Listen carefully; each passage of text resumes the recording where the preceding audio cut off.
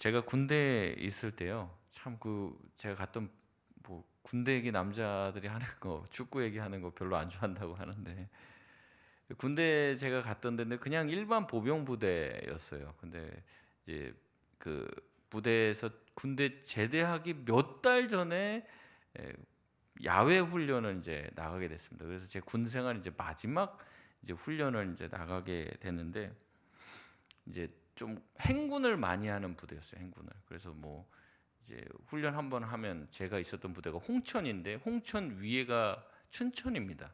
그리고 춘천 위에가 이제 화천이에요. 그래서 화천은 이제 38선이 있는데 그 철제 근무 쓰고 그런데 제가 홍천에서 근무를 했습니다. 근데 훈련을 어디서 했냐면 화천에서 했어요. 그러니까 홍천에서 춘천 거쳐서 화천인데 거기까지 맨날 걸어 다녔습니다. 그래서 거기를 그냥 뭐 진짜 제 집 안방 드나들듯이 1년에 거기를 몇 번을 왔다 갔다 걸어 다니는지 몰라요. 그리고 군인들이 이렇게 길로 안 다니거든요. 다 산으로 다녀요. 그러니까 이제 금방 어떻게 보면 3km, 4km 가는 길도 우리는 이제 산으로 다니니까 1시간 내에 걸어야 1km 정도밖에 못 가요. 막 다 짐 들고 이렇게 다니니까. 그래서 참 훈련을 많이 받았는데 이제 마지막 훈련이었어요. 그래서 너무 가기 싫었는데 아프다고 어디 다리라도 분지를까 가기 싫었고 막 그런 생각이었는데 아 유종의 미를 거두자. 그래서 또 이제 그걸 가야 되는 거예요. 100km를 행군을 해야 돼. 2박 3일 동안 100km를 걸어요.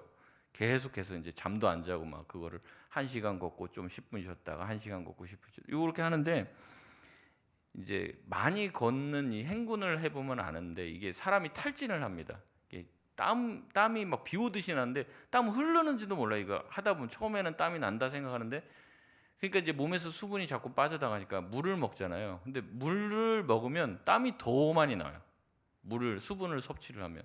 그러니까 물을 먹으려면 같이 이제 소금이라든지 그런 걸 같이 먹든지 아니면은 될 수 있는 한 물을 먹지 않고 행군을 하는 게 제일 좋은데 이제 고참들은 다 알아요. 그리고 이제 이등병들한테 이제 신병으로 들어와 갖고 훈련하는 친구들한테 얘기합니다. 절대 물 마시면 안 된다. 우리가 먹으라고 할 때만 먹어야 된다. 안 그러고 너희가 덥다고 이걸 먹으면은 다 탈진한다. 이걸 얘기를 했는데 이등병 2명이 먹지 말라던 물을 이제 홀짝홀짝 저희들 피해 갖고 마시고 행군을 하다가 얼마 못 가서 이제 쓰러져 버린 거예요. 이제 퍼진 거예요. 그래서 뒤에 앰뷸런스 신고 실려 갖고 이제 이렇게 왔는데 이제 그럴 때마다 이제 그게 그 부대 전투력에서 이제 마이너스 돼 갖고 이제 벌점을 이렇게 받습니다. 이제 지휘관들이 통솔을 잘 못했다고. 그래서 지휘관들이 이제 자기가 이제 뭐 승진도 하고 해야 되는데 그렇게 못하니까 이제 화가 나잖아요. 그러니까 이제 그 통솔 못한 고참들을 이제 나오라고 해서 이제 발로 차고 이제 막 저희들 막 주먹으로 때리고 막 그랬었는데 제가 제대 한 2달 남겨놓고 제가 거기서 발로 맞았거든요. 막 이제 중대장님한테 막 혼나고 그러니까 너무 화가 나는 거예요. 내 이럴 줄 알았으면 내가 진짜 다리라도 분지르고 내가 안 가는 건데 내 여기까지 와갖고 지금 민간인 곧 되는데 이게 뭔 일인가 너무 화가 나는 거예요. 그러니까 저도 그때 제대에 얼마 남지도 않고 뭐 그런데 내가 이 아이들 때문에 망신당했다. 또 그 애들 정말 뭐 새파란 그 신병들 때문에 제가 두들겨 맞았다라는 이것 때문에 제가 얼마나 짜증이 났는지 그 훈련하는 내내 그 일주일 동안 그 신병들을 많이 괴롭혔습니다. 제가. 그래서 군생활 동안 항상 천사처럼 이렇게 예수님 전하고 잘해주고 제가 초코파이 안 먹고 다 사주고 이렇게 했는데 그 군대 제대하기 전에 그 마지막 훈련이 제 기억엔 너무 안 좋았어요. 근데 너무 힘들어갖고. 그래서 제가 훈련 갔다 오고 나서는 이제 또 불러 앉혀놓고 냉동식품 사주면서 내가 그때 미안했다. 그러니까 이제 그 친구들은 이제 왜 그때는 악마처럼 굴다 갑자기 지금은 또 천사처럼 구나 막 이렇게 또 생각을 하고 얘기를 하더라고요. 이게 참 그래요. 내가 잘못해서 혼나면 그래도 좀 덜 억울합니다. 근데 남이 잘못해 갖고 내가 혼나면 어때요? 되게 억울하죠. 근데 게다가 그 사람이 내 윗사람이면 좀 괜찮아요. 그 사람이 잘못해서 나까지 좀 혼나는 거는 그래도 뭐 어떻게 못 하죠. 근데 내 밑에 사람 때문에 내가 혼나면은 아 이거 참기가 힘들더라고요. 그리고 제가 하지 말라 그랬거든요. 몇 번이나 그렇게 당부를 했는데도 그 제 말 안 듣다가 이렇게 사고를 쳐갖고 참 군생활하면서 그렇게 중대장님한테 그렇게 맞아본 기억이 없어요. 나름대로 열심히 해 갖고 그런 적이 없는데 그 마지막에 그런 참 모욕을 당하고 제가 머리끝까지 화가 났던 기억이 납니다. 그러니까 자기 잘못이면 몰라도 남의 잘못 때문에 내가 혼나고 내가 욕을 받는다는 것은 굉장히 모욕적인 거고 참기 힘든 일인 거죠. 근데 오늘 본문에도 비슷한 장면이 나옵니다. 지금 이제 사도들이 잡혀서 뭐 매를 맞고 또 채찍질을 당하고 뭐 핍박을 받는 거잖아요. 예수님 때문에 이제 예수님을 전했다는 이유만으로 이제 그들이 지금 잡혀서 신문 받는, 게다가 이제 잘못하면은 그들이 목숨까지도 잃을 수 있는 그 상황이 된 것이죠. 근데 우리가 이제 지난주에 말씀 수요일 날도 말씀을 통해서 봤지만은 이 가말리엘의 말을 통해서 사람들이 죽이려고 했다가 설득이 돼서 어떻게 합니까? 사도를 죽이지는 말자. 그 대신 채찍질하고 놓아주면서 다시는 그 이름으로 전하지 말라라고 이제 금지를 시켰다는 거죠. 어떻게 보면 이 사도들 마음 가운데 억울한 마음이 들 수도 있어요. 예수님의 말씀대로 했고 또 하나님의 말씀대로 그 사명을 감당하기로 위해서 이 일을 했다면 하나님이 좀 지켜줘야 되잖아요. 하나님이 좀 보호해 주시고 좀 형통해지거나 좋아져야 되는데 그게 아니라 오히려 하나님 때문에, 예수님 때문에 지금 굉장히 큰 어려움을 겪었다는 거죠. 40절 말씀에 보면 채찍질을 받았다라고 얘기합니다. 근데 이제 이런 채찍질이라는 형벌을 내리려면 항상 그 앞에 뭐가 있어야 되냐면 재판이 있어야 돼요. 여러분 아시겠지만 또 재판은 어떻습니까? 두세 사람의 증인을 세워야 되고 그 사람이 무슨 죄 때문에 왜 그래야 되는지 뭐 또 왜 지키지 못했는지 이 변론과 주장이 왔다 갔다 해야 되는 이러한 재판 과정이 있어야 되는데 재판도 없어요. 그냥 직결 심판입니다. 채찍질을 당했다라고 40절에 나와 있지만 별거 아니라고 생각할지 모르겠지만 이 채찍질, 이 매를 맞는 거는 이제 보통 그게 아니죠. 태형인데 이제 지금도 우리 이 세계 대부분 태형이 없어졌지만 싱가포르가 태형을 하더라고요. 그래서 얼마 전에도 뉴스에 나왔어요. 일본 사람이 뭐 이제 싱가포르 가서 잡혔는데 이제 그때 성범죄인가 그래서 잡혔는데 태형이라는 거예요. 그 일본 대사관에서 이제 싱가포르 대사관한테 우리랑 이제 한번 붙어볼 거냐? 이제 우리나라 국민이 아무리 잘못했어도 태형은 아니다. 태형 20대 맞는데요. 근데 이제 20대 맞으면 잘못 맞으면 죽을 수도 있다는 거예요. 근데 그 태형을 어떻게 때리나 이제 그 뉴스로 상세하게 나오더라고요. 그 무술 이제 그 유단자 한 그 무술 뭐 한 도합 한 10단 정도 되는 이제 무술 그 고수가 나와서 긴 한 4m짜리 막대기를 들고요. 저 뒤에서부터 뛰어와 갖고 엉덩이 볼기만 이렇게 내놓고 이렇게 묶어 놓으면은 와서 친다는 거예요. 근데 한 대 맞으면 까무러 친대요. 그 한 두 대, 세 대 맞으면 이제 다 터지는 거죠. 그러면 이제 병원 가서 꼬매고 좀 나으면 다시 이제 맞고 이제 그런 방식인데 이제 길면 이제 몇 년도 걸린다는 거예요. 참으면 이제 몇 대 이제 빨리 맞고 이제 끝나는데 그 맞다가 죽는 사람들도 있다는 거예요. 그리고 한 번 맞으면 어떻게 되냐면 다 낫고 난 다음에 이제 맞으러 다 나섰어 이제 맞으러 또 가면 어때요? 이제 맞을 때 그 기분을 알기 때문에 이게 견디기가 힘들다는 거예요. 그래서 이제 이게 이제 인격 모독이다. 그래서 태형 없애야 된다. 싱가포르 뭐 인도 뭐 여기도 태형이 있더라고요. 그래서 이 태형이 우리가 생각하는 것처럼 그냥 뭐 사극 같은 데 보면 곤장 이렇게 한 대 때리고 한 대 때리고 이 정도가 아니라 진짜 맞으면 거의 죽는 수준이에요. 물론 이제 곤장을 때리는 것 아니죠. 오늘 본문의 말씀에 보면 채찍질이라고 얘기하는데 이 채찍은 더하면 더했지 덜하지는 않는 그런 형벌입니다. 아까도 말씀드렸지만 태형이 몇 대 맞고 이제 그만한 다음에 나중에 좀 엉덩이 아물면 또 때린다고 그랬죠. 근데 그 기억이 있잖아요. 이 혹시 좀 맞아 보셨는지 모르겠는데 구타를 당하고 진짜 맞으면요. 그 맞을 때 그냥 이렇게 타격만 몸에 육체 타격만 오는 게 아니에요. 이게 진짜 맞으면요. 이제 자기 영혼이 쪼그라드는 느낌을 받는단 말이에요. 이게 맞으면은. 그러니까 사도들이 맞은 이 채찍질은요. 우리가 만약에 생각을 하면 또 이걸 맞는다? 그러면 차라리 죽는 게 낫다라고 싶을 정도의 아마 형벌이었을 거예요. 몇 대 그냥 회초리 몇 대 떼고 하지마 이게 아니라 때려갖고 다시는 진짜 예수 전한다는 말이 나오지 않을 정도로 아마 후려쳤을 겁니다. 우리가 짧게 채찍질을 하고 놓아줬다 이렇게 나오니까 별거 아니구나 이렇게 생각하는데 살이 다 터지고 다시 그거를 맞는다고 하면 정말로 나는 이제 그것을 감당하지 못할 거다 이런 생각이 들 정도의 폭력을 겪었다는 거죠. 이런 폭력을 당하면 어떻게 돼요? 사람이 막 트라우마가 생기잖아요. 그 정도로 맞은 거예요. 근데 이 정도로 맞으면 사람이 막 떨죠. 이제 막 덜덜덜덜 다시는 못 하겠다. 고문을 당하고 이제 출소한 사람들이 이제 그런 거에 시달리잖아요. 근데 사도들은 어떻게 했습니까? 41절에 보니까 오히려 이 채찍질을 당한 후에 그 이름을 위해서 능욕받는 일에 합당한 자로 여김을 기뻐하며 룰루랄라 하면서 집에 갔다는 거예요.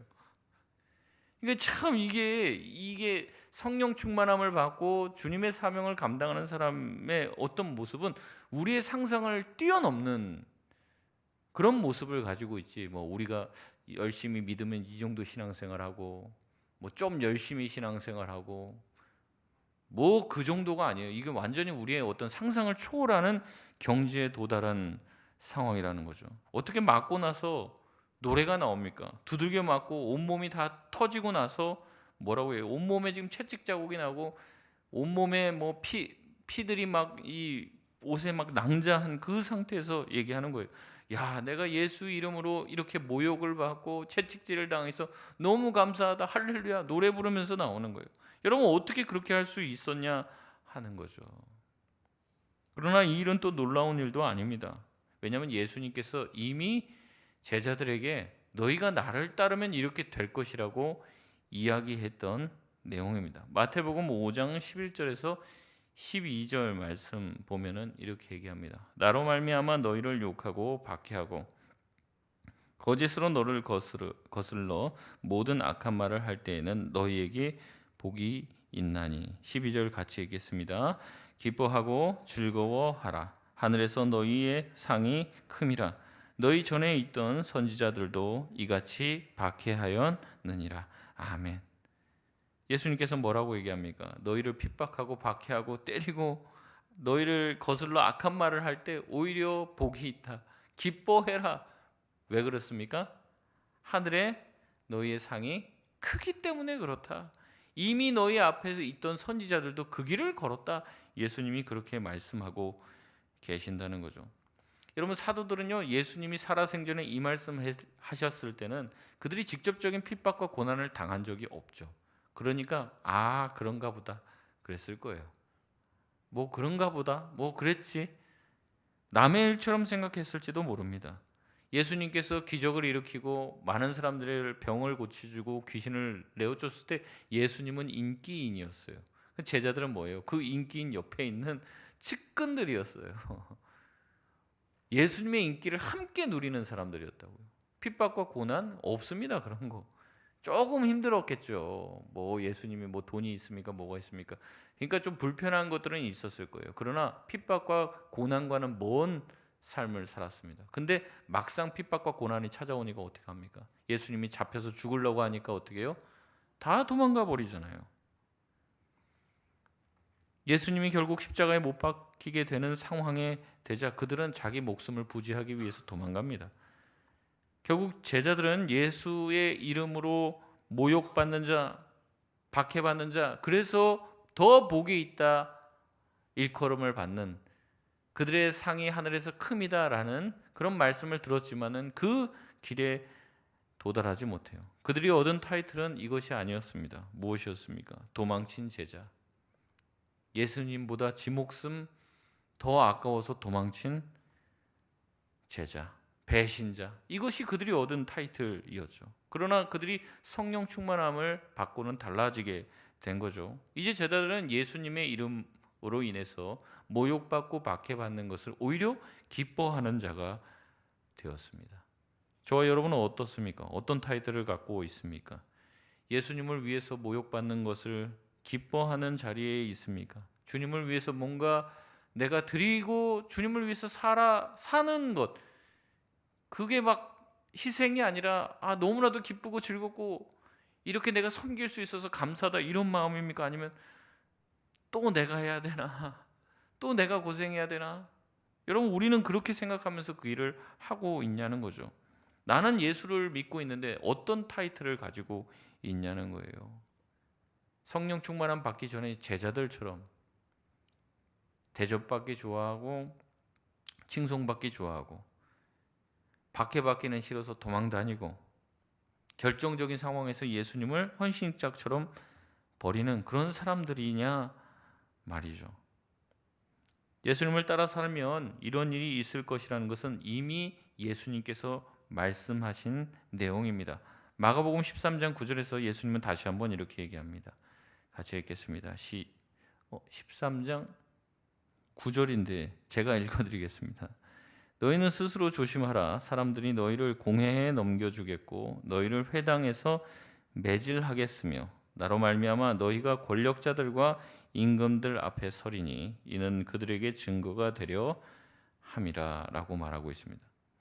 만약 우리가 예수님을 믿었기 때문에 이런 일이 생긴다면 예수를 믿을 사람이 얼마나 있을까 생각을 해보게 된다는 거죠. 우리가 교회 나오고 예수님 믿는다는 것 때문에 잡혀가요. 돌에 맞아요. 채찍질을 당해요. 사회에 나가서 왕따를 당해요. 일했는데 예수 믿는다고 월급을 안 줘요. 너 예수 믿어? 그럼 월급을 안 줘요. 직장에서 잘립니다. 잘 사귀고 결혼까지 앞두고 있는데 예수를 믿어? 그러면 파혼. 만약에 그렇게 한다면 예수 믿고 따를 사람이 얼마나 있겠냐는 거예요. 여러분, 속으로만 대답하십시오. 예수를 믿는다는 것 때문에 뭐가 생기니까 우리가 예수를 믿는 거일 수도 있잖아요. 근데 그게 아니라 예수님 때문에 갖고 있는 걸 잃어버린단 말이죠.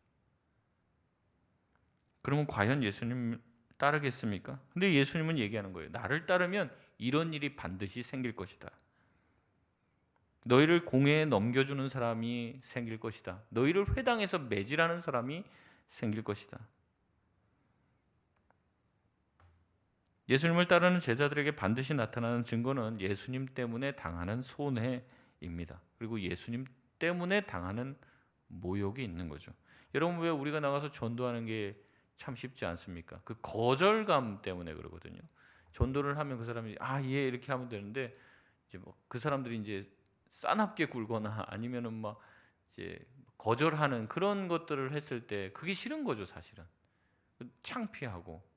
그러니까 내가 당하는 어떠한 손해 때문에 그 이름을 위해서 내가 뭔가를 한다는 게 참 쉽지가 않은 거예요. 그러니까 이제 부담이라고만 생각을 하는 거죠. 우리에게 가장 중요한 사명이 예수 그리스도를 전하는 것이라고 여러분 다 우리가 그 이구동성으로 다 하는 말일 거예요.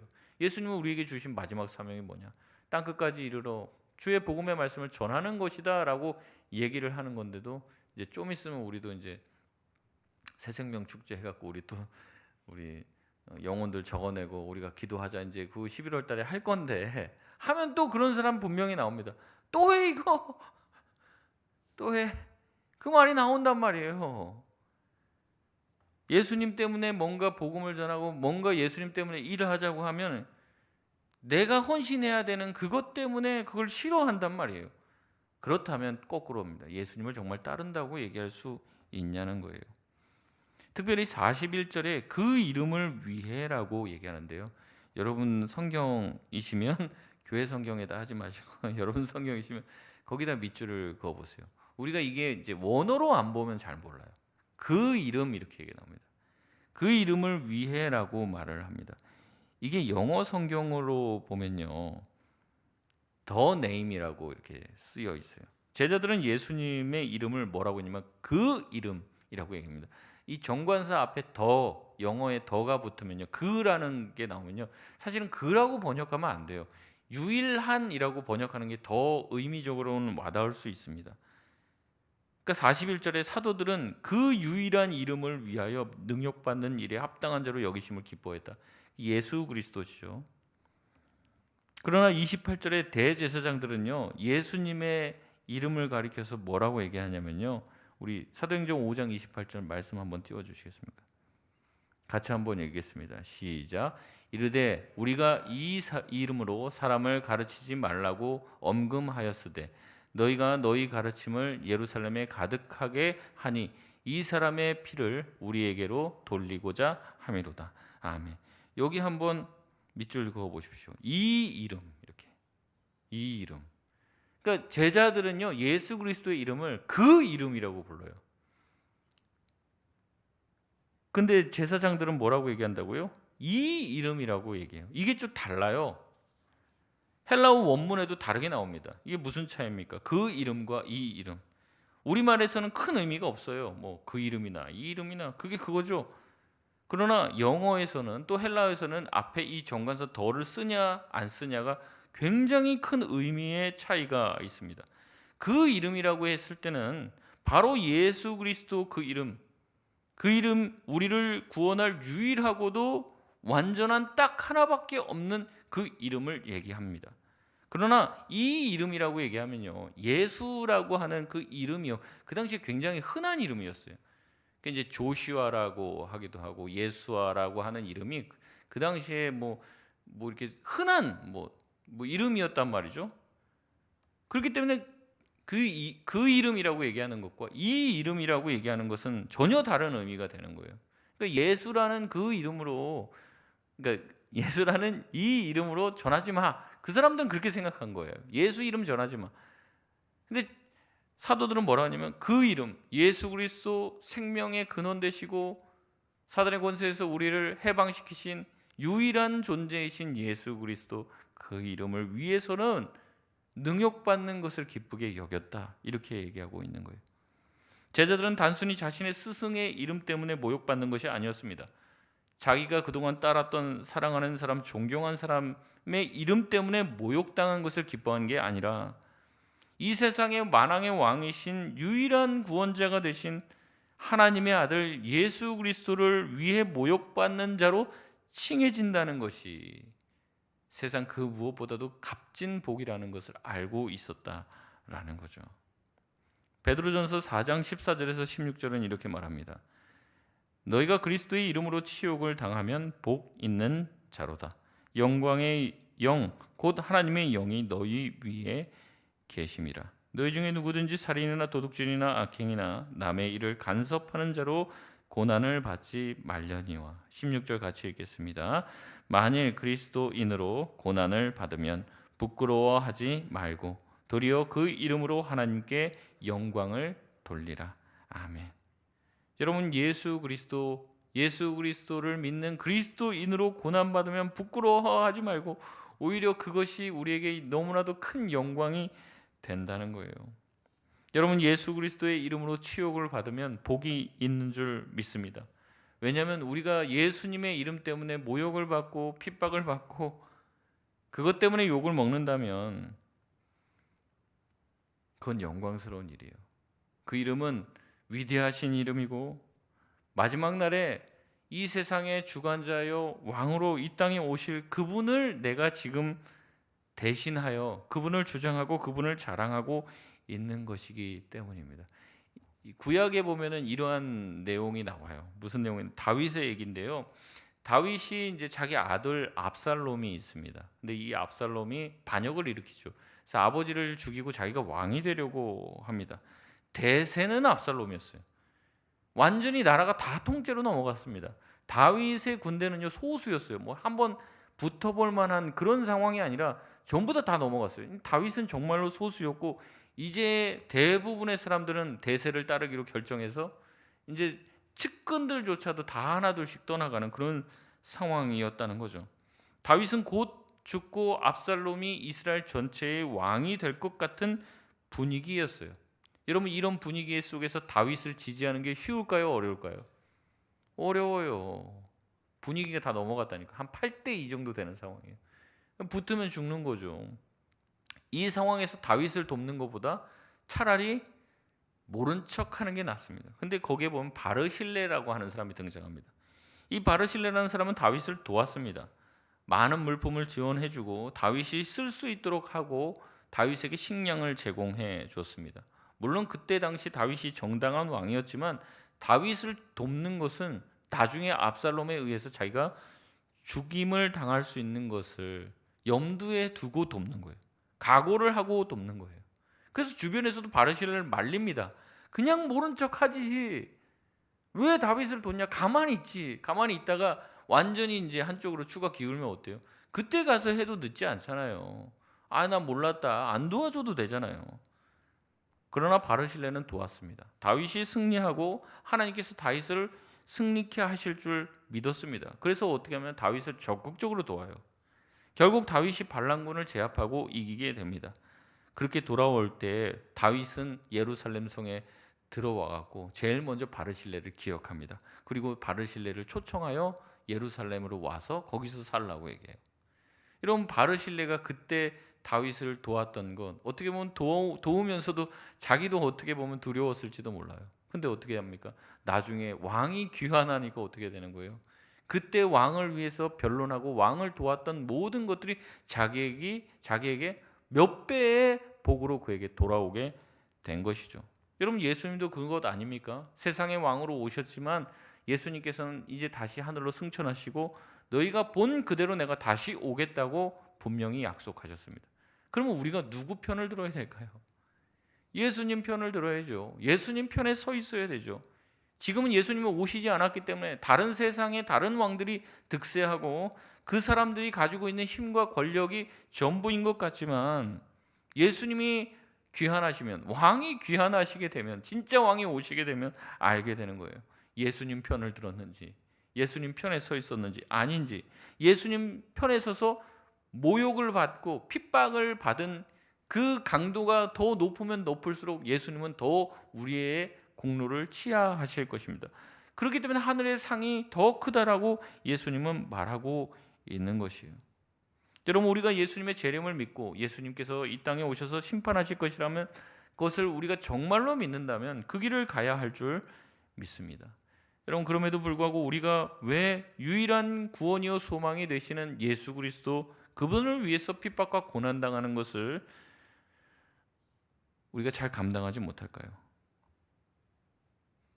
왜 우리는 예수 그리스도 그분을 위해서 핍박이나 고난이 내 삶에 존재하지 않을까요? 첫 번째 이유는요, 우리가 예수님을 지금 전하지 않기 때문에 그래요. 전하지 않으니까 핍박이 없는 거죠. 예수님도 얘기합니다. 내 뒤를 따르고 나를 전하면 핍박이 온다는 거예요. 근데 예수님을 따르지도 않고 예수님을 전하지도 않아요. 핍박이 있을까요? 없죠. 제가 말씀드리잖아요. 교회가 이제 불이웃 돕기나 하고 바자회나 하고 그러면요, 교회 가지고 뭐라고 할 사람 아무도 없어요. 교회가 뭘 하니까 문제예요. 선교를 하고 전도를 하니까 그거 싫다는 거예요. 너네끼리 모여서 교회 다니고 예수 믿고 밖에 시끄럽게 하지 말고 뭔 방음장치 딱 하고 너희들 안에서 북치고 장구치든 뭘 하든지 상관 안 한다. 세상은 그래요. 근데 제발 밖에 나와서 예수 믿으라고 소리 좀 하지 마라. 그 얘기하는 거예요. 교회가 교회 안에서 모여서 우리끼리 같이 교제하고 어디 놀러 다니고 그거 뭘 할 사람이 누구 있습니까? 아, 우리가 가서 뭐 야유회도 가고 어디 가서 놀러 가서 회식도 하고 밥도 사주고 그러면 그 식당도 잘 되고 좋죠. 좋아합니다, 다들. 우리가 뭐 연탄 날라주고 그거 하지 말자가 아니라 그것만 하면은요, 뭐라 할 사람 하나도 없다고요. 왜 교회에 대해서 사람들이 반감을 가집니까? 교회 나오라고 하니까, 예수 믿으라고 하니까 그게 싫은 거예요. 핍박이 왜 없냐? 예수님 안전하면 핍박이 없습니다. 예수님의 뒤를 따라가지 않고 진리를 수호하려고 하지 않으면 어떠한 핍박도 없는 거예요. 두 번째, 우리에게 왜 핍박이 없습니까? 우리가 어떻게 보면 예수님이 다시 오실 것이라는 것을 믿지 않기 때문에 핍박이 없는 거예요. 여러분, 예수님이 다음 주 월요일 날 오신다 그러면 여러분 어떻게 사시겠습니까? 다음 주 월요일 날 확실히 온다. 뭐 어떻게 하실 거예요? 그럼 못 가봤던 해외여행 가봐야겠네. 뭐 그러실 거냐는 거죠. 그런 거 아니죠? 우리가 남은 시간이라도 더 주님의 말씀을 전해야죠. 우리의 가족들 안 믿는 사람은 어디 있어요? 어떻게 해요? 그 사람들 예수님 다음 주 월요일 날 오신다는데 어떻게 해요? 근데 왜 우리가 이것들을 뭐 복음 전하고 이런 걸 차일피일 미룹니까? 언젠가 되겠지. 어떻게 보면 우리가 말로는 예수님의 재림을 믿는다고 하지만 실제로는 안 믿는 거죠. 차라리 병에 걸리고 마음도 약해지고 그래서 그러면 뭔가 시급한 뭔가 시급한 상황이라고 느껴지고 막 우리 엄마, 뭐 우리 친구, 우리 동생들 찾아가면서 복음 전하려고 해요. 그러나 예수님이 당장 오늘 저녁이나 내일이라도 오실 수 있다라는 것을 생각하는 절박함이 우리 가운데 사라진 지가 이미 오래라는 거죠. 거의 안 오실 거로 생각합니다. 거의 오시긴 오시는데 거의 안 오실 것 같은데 이런 마음을 가지고 있는 거죠. 그러니까 복음을 전파하려고 하는 시급성이 자꾸 우리한테 떨어지게 되는 거예요. 세 번째는 핍박과 고난을 그 자체를 싫어하기 때문에 우리 가운데 핍박과 고난이 없는 경우가 많습니다. 예수님 때문이건 뭐건 간에 그냥 핍박이나 고난 이런 거는 부정적이에요. 나빠요. 그런 게 내 삶에 없었으면 좋겠어. 그냥 편안하게 뭐 짧고 굵게도 아닙니다. 그냥 편안하게 그냥 길게 그냥 아프지 않고 그냥 적당히 예수님을 믿어도 막 그렇게 무슨 광신도처럼 믿냐. 그냥 적당히 믿고 뭐 그렇게 생각을 하는 거죠. 예수 믿는다고 밖에 나가서 친구들이 나 어느 모임 가서 내가 예수님 믿는다 그리고 교회 다닌다라는 말을 꺼내면 그때부터 관계가 불편해지는 거예요. 그 상황 자체가 싫은 거죠. 그러니까 전하지도 않고 따르지도 않습니다. 그냥 편안한 삶을 추구하는 거죠.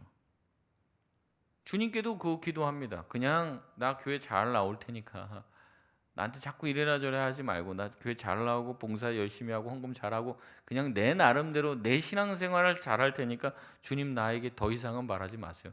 내가 하라는 거는 그 틀 안에서 할게요. 이런 생각들을 가지고 있다는 거죠.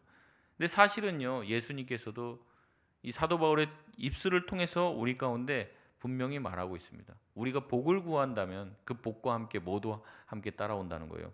고난도 함께 따라온다는 거죠.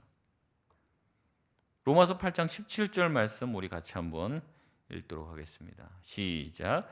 자녀이면 또한 상속자 곧 하나님의 상속자요 그리스도와 함께한 상속자니 우리가 그와 함께 영광을 받기 위하여 고난도 함께 받아야 할 것이니라. 아멘. 영광과 뭐가 같이 있다는 거예요? 고난이 같이 있다는 거예요. 고난은 좀 빼고 싶잖아요. 여러분만 그런 거 아닙니다. 저도 마찬가지입니다. 좀 평탄한 목회 없을까요? 그냥 막 부응 안 돼도 되니까 그냥 뭐 적당히 뭐 이렇게 좀 이렇게 잘 완만한 상승세를 그리면서 좀 평안한 목회 없습니까? 우리 모두가 다 꿈꾸는 게 그런 거예요. 근데 주님은 뭐라고 얘기하십니까? 사도 바울의 입술을 통해서 우리에게 뭐라고 말씀하십니까? 영광만 받는 거는 이 세상에 없다는 거예요. 없어요. 영광과 함께 뭐가 있습니까? 고난도 있어요. 고난이 없으면 영광도 없어요. 근데 우리가 머리로는 아는데 어때요? 고난을 구하지는 않죠. 고난 속으로 들어가려고 하지는 않습니다. 어떻게든 고난은 막아보려고 하는 거죠. 그러다 보니까 고난을 받지 않으니까 뭣도 결국엔 없는 거예요. 영광도 없는 거예요. 제가 말씀드리잖아요. 교회가 그냥 세워집니까? 여러분의 구역이 그냥 세워집니까? 아닙니다. 누군가는 죽도록 고생해야 돼요. 누군가는 피를 흘려야 그 피를 먹고 자란단 말이죠. 아무도 피 흘릴 생각은 없어요. 그냥 바라기는 하죠. 잘 됐으면 좋겠고, 뭐 어떻게 됐으면 좋겠고.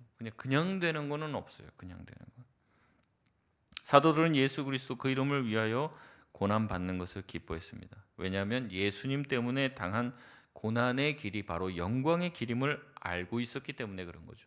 성령을 통해 그게 깨달아진 거예요. 그 전까지는 제자들도 똑같았어요. 십자가의 길은 안 가요. 하지만 예수님이 나중에 왕이 됐을 때 그 옆자리는 탐났죠. 그래서 예수님 죽기 전날까지도 뭐 갖고 싸웠습니까? 누가 예수님께서 왕이 될 때 누가 좌할 것이고 누가 우할 것인가 이거 놓고 싸운 거예요. 영광을 위해서 싸웠단 말이죠. 그러나 고난으로 간다고 하니까 어때요? 다 도망가잖아요. 우리도 비슷한 시기에 신앙생활을 하고 있지는 않습니까? 그럼 성령 받기 전의 모습과 비슷한 거예요. 근데 성령을 정말 받았다면 성령의 충만함을 우리가 받았고 성령의 임재하심을 받았다면 이러한 영안의 눈이 열려야 되는 거예요. 누군가는 헌신해야 되고 누군가는 힘든 교회의 그 일들을 감당해야 하는 거죠. 다 뭔가 권한이 있고 뭔가 막 돋보이는 자리, 뭔가 사람들이 박수 쳐주는 자리는 가고 싶지만 화장실 청소는 안 하려고 하는 거죠. 그런 거예요. 지난번에도 뭐 제가 뭐 굳이 할 얘기는 아니지만 지난번에도 이제 뭐 우리 교회 리모델링 하고 막 이러면서 뭐 이렇게 하다가 보니까 변기가 막혔어요. 근데 아무도 그거를 저도 이제 막힌지도 몰랐고 변기가 막혔는데 아무 뭐 하고 일꾼들도 뭐 그냥 막혔나 보다 그러고 계속 그래갖고 거기가 뭐 이렇게 많이 넘쳐갖고 흘러 넘쳤습니다. 아주 지하식당. 그래서 제가 이거 어떻게 해요? 그러니까 뭐 어떡하냐고 뭐 뚫어야지. 아니 그러니까 뚫는 거 모르는 게 아니라 이거 어떡하냐 그러니까 뚫어야 된대. 그 막히면 어떻게 합니까? 뚫어야죠. 이제 문제는 뭐예요? 누가 뚫을 것이냐? 누가 뚫을 것이냐? 제가 뚫었습니다. 제가 그 똥밭 다 청소하고 뭐 다 했는데 결국에는 뭐냐면 누가 할 것이냐예요. 누가 할 것이냐? 아이 그거 고쳐라 이 말은 누가 다 하죠. 청소해라 이 말은 다 합니다. 누가. 근데 누가 할 거냐는 거 누가. 그겁니다. 그거. 그냥 영광이라는 건 좋은 거는 그냥 오지는 않아요. 누군가가 손에다가 똥을 묻혀야 되는 거고 누군가는 어떻게 돼요?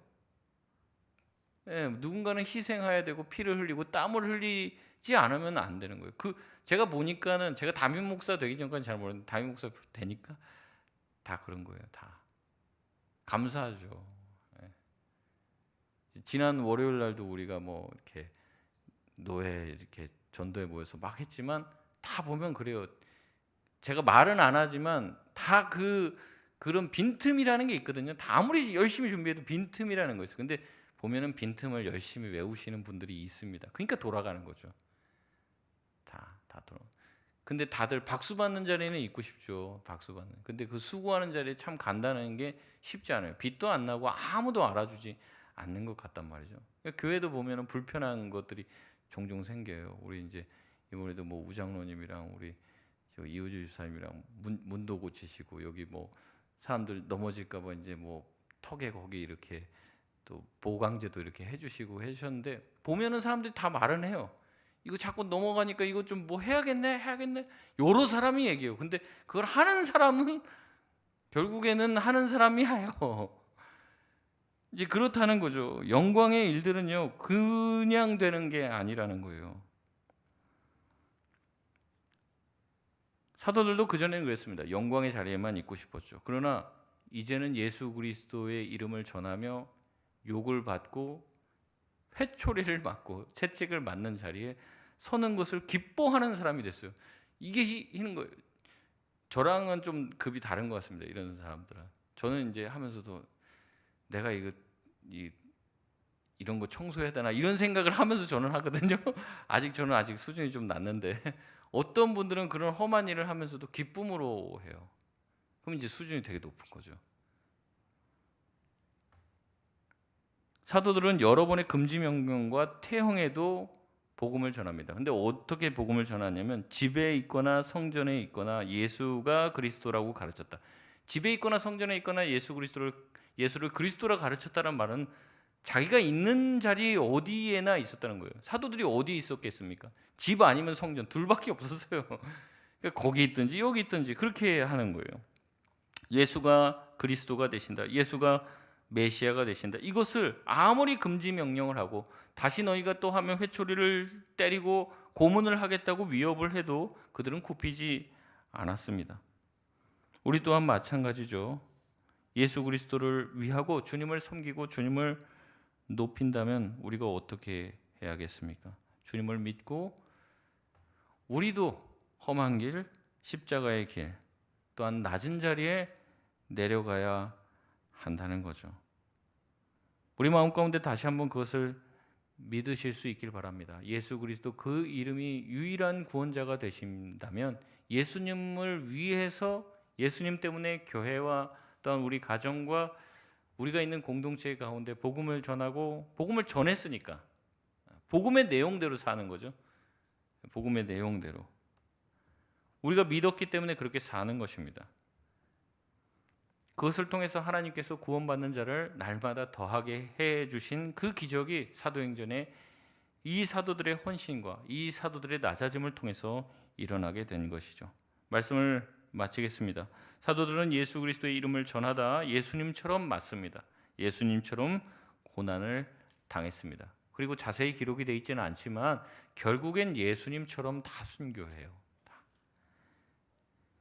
예수님으로 인해서 살고 예수님으로 인해서 죽었다는 말이죠. 사도 바울이 말했던 것처럼 살아도 주를 위해, 죽어도 주를 위해 죽은 것이죠. 여러분, 우리는 무엇으로 삽니까? 이제 하루하루 사는 게 어떻게 보면 그래요. 우리의 수명이 줄어드는 거죠. 하루하루 산다는 게 죽음을 향해 한 발자국씩 한 발자국씩, 각자 날짜는 다르고 수명은 다르지만 한 발자국씩 죽음에 가까이 가고 있어요. 그러니까 우리의 생명을 쓰고 있는 거라고요. 오늘 뭘 위해서 생명을 쓰셨습니까? 여러분 생명은 그냥 오늘 산 겁니까? 죽음을 향해 한 발자국 갔다니까요. 우리가 유한한 삶을 지금 죽음과의 간격을 좁혀가고 있다고요. 그 삶을 살면서 오늘 무엇을 위해서 저와 여러분의 생명을 허비했냐는 거죠. 예수 그리스도 그 이름을 위해서 허비하시길 바랍니다. 그것을 위해서 사용하시고 우리가 주님을 위해서 우리 인생을 드릴 수 있길 바랍니다.